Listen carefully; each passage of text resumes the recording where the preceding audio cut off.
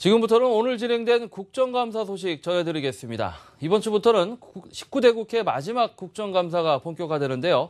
먼저 기획재정부 국정감사에서는 늘어나는 국가채무와 노동개혁 문제가 도마 위에 올랐다고 합니다. 현장에 나가 있는 취재기자 연결합니다. 유은길 기자. 네, 정부 세종청사에 나와 있습니다. 네, 자세한 내용 전해주시죠. 네, 오늘 기재부 국감에서는 국가 채무 증가에 따른 재정운용, 그리고 최근 현안이 되고 있는 노동개혁 이슈가 크게 부각됐습니다. 야당 의원들은 근로자 해고가 더 자유롭게 되는 현 정부의 노동개혁은 거꾸로 개혁이라며 이를 강도 높게 비판하고 목표 성장을 달성하지 못한 정부 정책의 실정을 질타했습니다.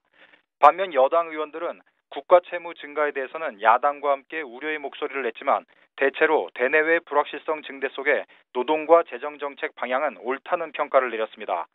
구체적으로 김관영, 윤호중 의원 등은 내년도 국가 채무 비율이 국내 총생산 대비 처음으로 40%를 넘어서는 것은 정부의 안이한 현실 인식에서 나온 것이고 나라 경제보다는 정치와 선거를 의식한 재정 운용에서 비롯된 것이라며 최경환 부총리의 초이노믹스를 강하게 비판했습니다.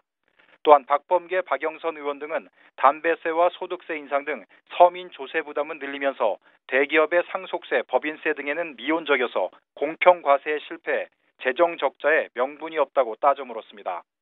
이에 대해 최경환 부총리는 확장적 예산 편성은 경제를 살리는 게 우선이라 불가피한 측면이 있다면서도 앞으로는 지출 증가 시에 반드시 수입 방안을 마련하는 페이고 원칙 적용 등으로 재정 총량 관리를 강화하겠다고 답했습니다.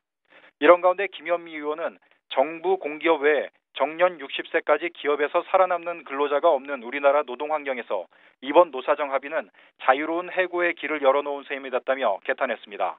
홍종학 의원 역시 근로자 평균 기업 근속 연수가 OECD에서 꼴찌인 우리나라에서 노동자 해고를 쉽게 하는 것은 문제가 있다면서 특히 경제를 엉망으로 만든 기재부 관료들에게는 해고 기준이 없으면서 민간에만 노동 유연성을 강화하는 것은 무책임한 정책이라며 최 부총리를 추궁했습니다.